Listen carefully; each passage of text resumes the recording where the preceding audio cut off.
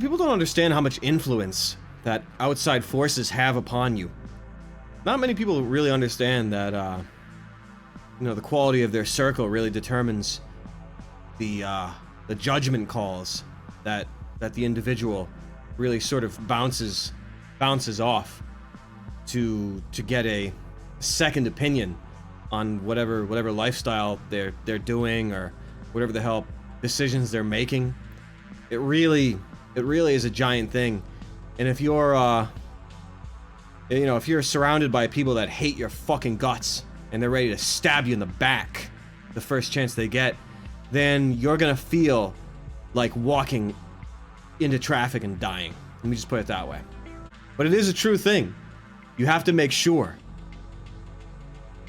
that you're not surrounded by people that hate your guts. People that steal from you. People that connive, that would stab you in the back. You also have to make sure you're not surrounded by people that are too stupid to know if what you're doing is not good at all. That someone's not being too nice to you, not telling you that you're screwing up, or you're doing something bogus, or you're an idiot. I mean, that happens too, Cab. When they think what you're doing is wrong, when it is a good act, that happens too. That's why you gotta know yourself. You gotta rely on yourself, sure, but let me put it this way. One is very, very, very lucky to have a really excellent circle of friends. I'm the luckiest in the world to have the friends that I have. The people that I have in my life right now, I'm very, very, very lucky to have. Lucky. You have the friends you deserve ultimately, Frederick? Sure. I mean, sure. But I'm lucky to have the quality of friendship in my life. And if I didn't have that, I would be worse. I would be much, much worse. Let that settle for a moment. I'm gonna say that again, okay? I would be much worse without the friends that I have in my life. Think about that for a second. But you really have to make sure you're bringing out the best in the people that you know. You don't want to dwell in the bad. You don't want to have to always be sorting out the bad or making sense of the bad or working. You want the bad is taken care of automatically when you focus on the good. And in that, working to be better at the bad is not dwelling on the bad. It is dwelling on the good that you have yet to attain. It's important that you don't dwell in the, look what's happening, this sucks, like, why is this sometimes you gotta blow off some steam, sure. But you don't want to dwell in the bad. Making the bad, working on what you're bad at, is good. You need to have a handle on what is good and what is bad, and what you're good at and what you're bad at. For that, you have to have a certain level of experience and intelligence. That's sort of rather advanced in this day. You know how shafted you are with all the TV that you watch, the movies, what the messages from there, all the music. You're pretty well sabotaged the second you're born. It takes an incredible amount, relatively, these days, of intelligence to really have a handle on what is on autopilot. It's better to focus on your strengths than to deal with your weaknesses. That is it. Focusing on the good and not dealing with the weaknesses, sure, but there is some sense in approaching your weaknesses and making them better, not dealing with your weakness, but rather working on it. Like, let's say, I don't exactly know how to put that into words other than, like with drums. If you're right-handed, that's fine. But if you start playing left-handed, or even left-hand lead with still a right-handed drum set up, and left-handed lead, you're going to become completely better in all areas, not just your left hand. That is the strength in not dealing with your weaknesses, but strengthening them. And that's the biggest thing to learn. Not to dwell in it or to make sense of it, but to really put the energy into it. And like if you can't draw, or if you can't do math, if you can't count, if you started doing some math and you started drawing, it would make your strengths even better. That's what I mean by that. That's important. You can't always just be working on your strengths, working on your weaknesses, or only just be working on your strengths. You do have to have a way about them. But if you work on your weaknesses, it will strengthen what you are proficient at. If you do find those people, the ones that hate you, use you, or notice they're taking advantage, what do? Just cut them off? You don't have to do that, man. You just become intelligent, and you become less of a resource for them to steal from. The stuff that is abused from you or whatever, you just shut that off. You cannot help anybody unless you yourself are not totally twisted. You can't help people if you're twisted. Don't let anybody steal anything from you or do anything to you. You need to be fortified before you can ever be an example to anybody else. No, you don't want to be teaching someone shit.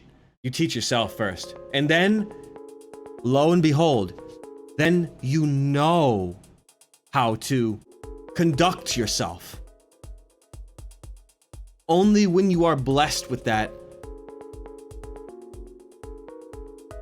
heightening of your low sense, only when you are heightened do you know how to conduct yourself. Only then. If you're messed up, you're gonna do messed up things. This guy or girl's so messed up, I'm gonna fix him, I'm gonna change him. You end up screwed and in hell. No. You gotta get yourself up before you can bestow anybody else with that mindset. No. Because when you're up, you don't do the things that can sabotage yourself or sabotage someone else. That's why I say when someone's like this, dude, you gotta stand up, you gotta, your everything's been taken from you, dude. Don't you understand? You're being genocided, dude. You see, what people don't understand is that you're not able to understand how to move forward with anything until you're above it. If you're not above it, you will be cut down. You will be cut down by those who are masters of war, masters of warfare. That's why I say that. That's why I don't pretend to know all the answers, and I don't pretend to be teaching everyone how they should fix whatever the hell or fix the world. I don't pretend that, because you cannot teach that. It is a faculty within oneself that is a 1 or a 0. You're either a 1 or a 0. You're either gonna get yourself cut down, or you're going to be above it, and the answers that you're looking for, you will know from yourself. Who believes that, though? You gotta look at the statistics in this place. Look at where the frick are these people. These people are violent.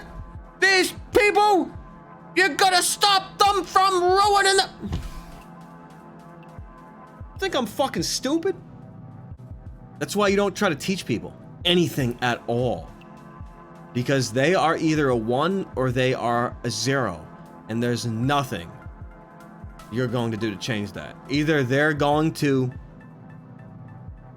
have the discipline and take the responsibility, make the effort to actually understand what that even means. Or they will be cut down where they stand. There are answers in certain ways, but the answer is you have to still the waters in your own mind.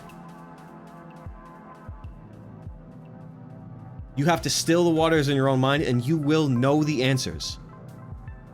I don't pretend to give the right answers to everything, because someone who would say they have all the answers, someone who is looking to, inseminate your mind with their own philosophy, you gotta watch out for that.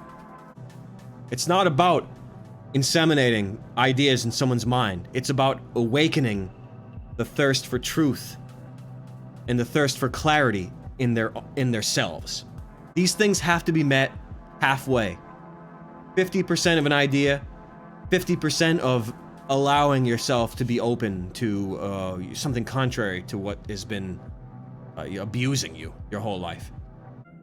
Either someone is going to have that spark within them, or they are not.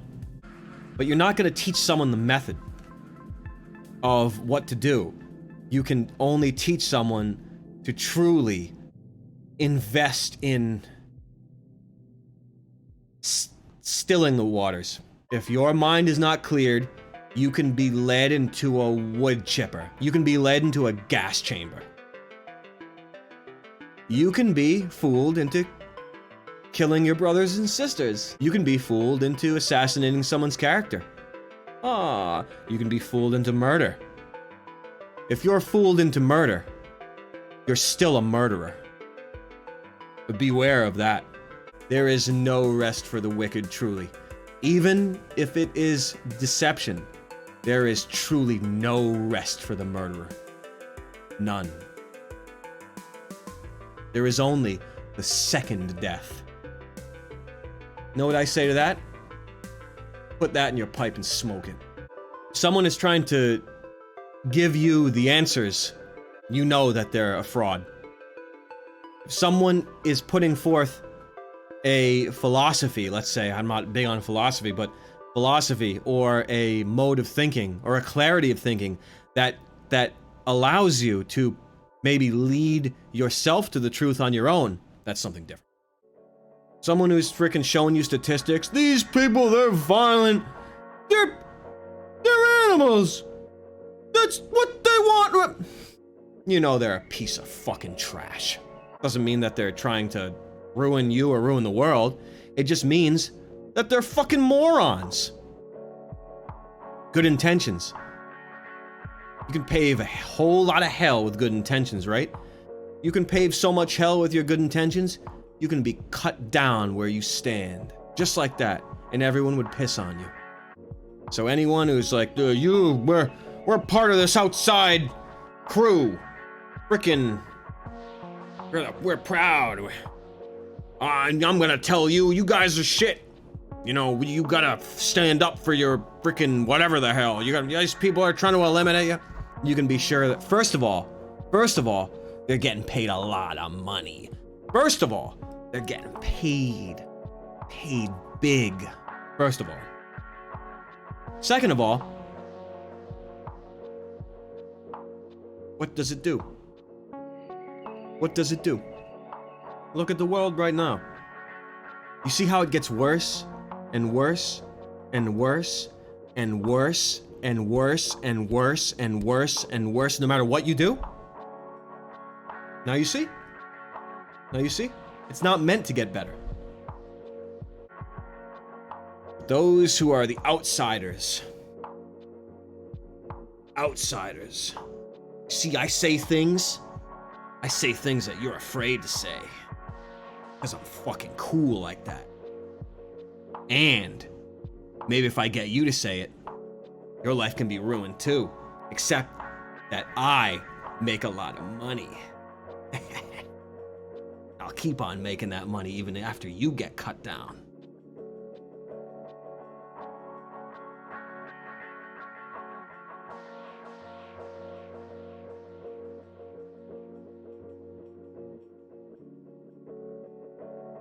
What do you do, huh? What do you do with those losers? I'm there, I'm Mr. Thrown Out of everything. Because I say the words that everyone's afraid to say.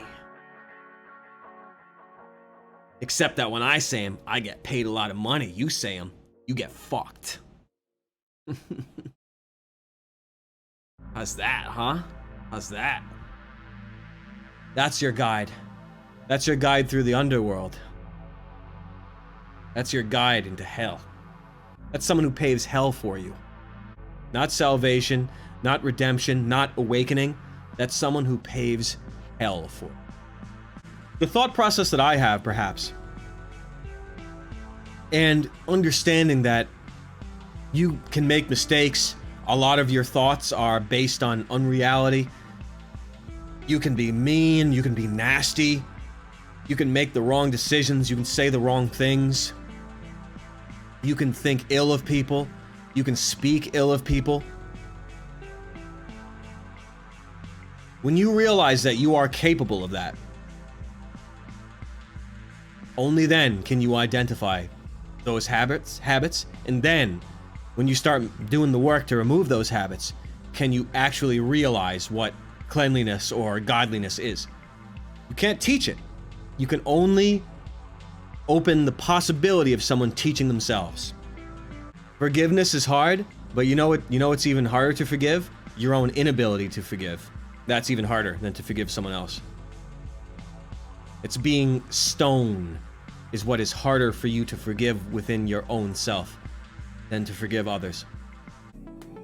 When I teach, I am straight up teaching myself. I don't pretend to be putting my mind out there for other people to copy or to understand. I don't pretend that. I put out ideas that I am looking to grapple with. And if it results in someone learning something from it, myself included, then that is what I am looking to achieve. Everyone has a lot to learn. If you think you have nothing to learn, that means you learned nothing.